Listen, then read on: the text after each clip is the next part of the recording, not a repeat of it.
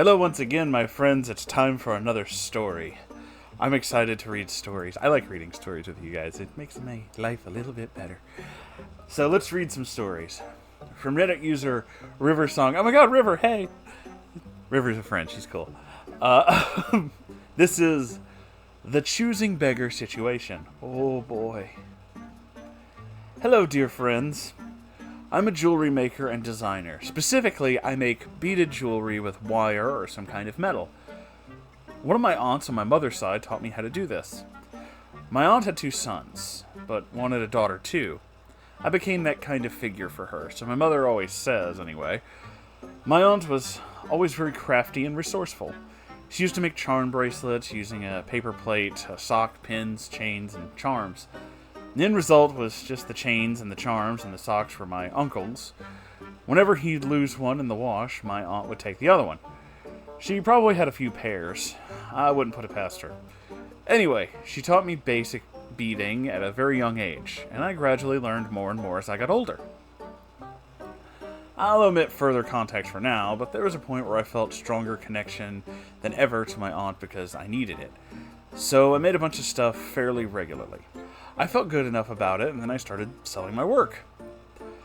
Someone I considered a friend wanted me to do something personalized with a certain color scheme. It wasn't a bad request. We agreed on a price. Mind, it was a necklace and earring set. I charged about $70 for both. It takes me a lot of time to work on a design, plan it, and execute it. Not to mention, I'm using glass and semi-precious stones that I bought specifically to fit her request. Also, I use a lot of sharp tools and materials that can prove to be kind of dangerous at times. I've accidentally injured myself multiple times doing this. Ow. The weaving style for this set was complex, and the earrings required wire wrapping. It is a slow process, but somehow I managed it and delivered a solid product. I was supposed to meet my ex-friend at a nearby shop, and she was supposed to bring cash. When I opened the box to show her, though, she looked shocked and even sounded angry. That isn't worth 70. I brought 30. That was what she sounded like. Before I could answer, though, this happened. People who were at nearby tables looked at my set and asked where I'd gotten it. They complimented it and looked surprised and happy when I told them that I made it. My ex-friend was not happy about this and got increasingly upset as the compliments came in. Someone even said it looked to be worth several hundred, and she changed her tune a little. She said something like, "Look, I don't have the money. My place got the full set for 30. I told her I'd be willing to do 35 for one of the pieces, and then she could give me 35 for the other when she was ready. I thought this was pretty reasonable. No, she wanted the full set. I was supposedly being unreasonable, but she never said again that it wasn't worth what I had charged. She was getting loud and people were giving her looks, and then she got at me for embarrassing us both, quote unquote. I couldn't help but laugh. Normally I'd accept this kind of blame, but it was too ridiculous even for me to apologize for. A few others who heard what she said snorted as well. She ended up storming out of the shop, and a very nice lady from a nearby table asked me about the necklace and about how I started getting into the beading. The nice lady took my hand and told me that she was sure my aunt was very proud of me, and she bought the entire set for $80, saying, "Now, honey, I don't want to hear a thing about giving any of that back to me. You keep that for you, you hear?" I was very happy. Over the period of a month, my ex-friend would not speak to me and didn't want anything to do with me. That's fine. I'm lucky enough to have true friends wherever I turn. However, after the full month of being rude and dismissive, not speaking to me, etc., she does ask for my, quote, stupid set of 45. And that's being generous because I deserve it for free after what you put me through.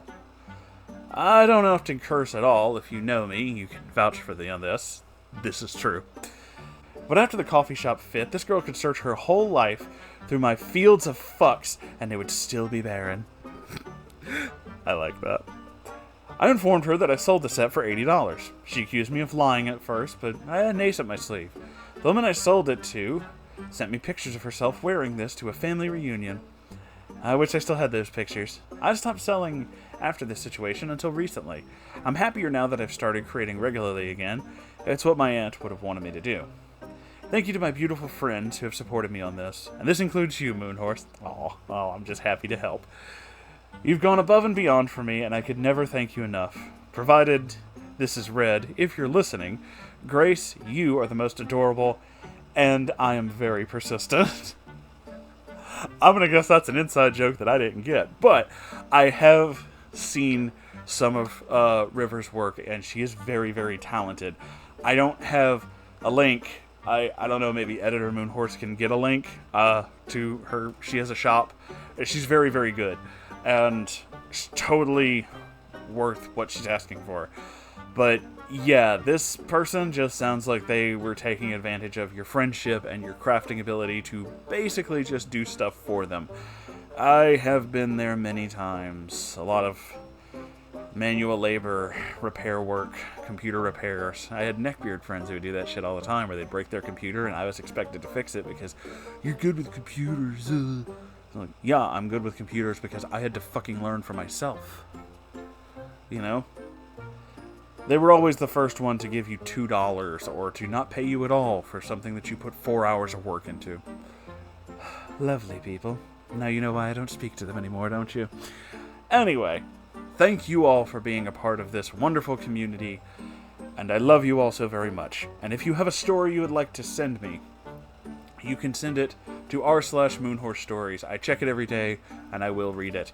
And if you like this show, I want to keep the lights on, I don't know why I'm talking like this, you can do that by going to the merch store or Patreon. I forgot the word Patreon for a minute. I don't know why. It just it was there and then it wasn't and then it's there again. Anyway, you could do those, and that would be super appreciated. Also, there's a live stream every Saturday.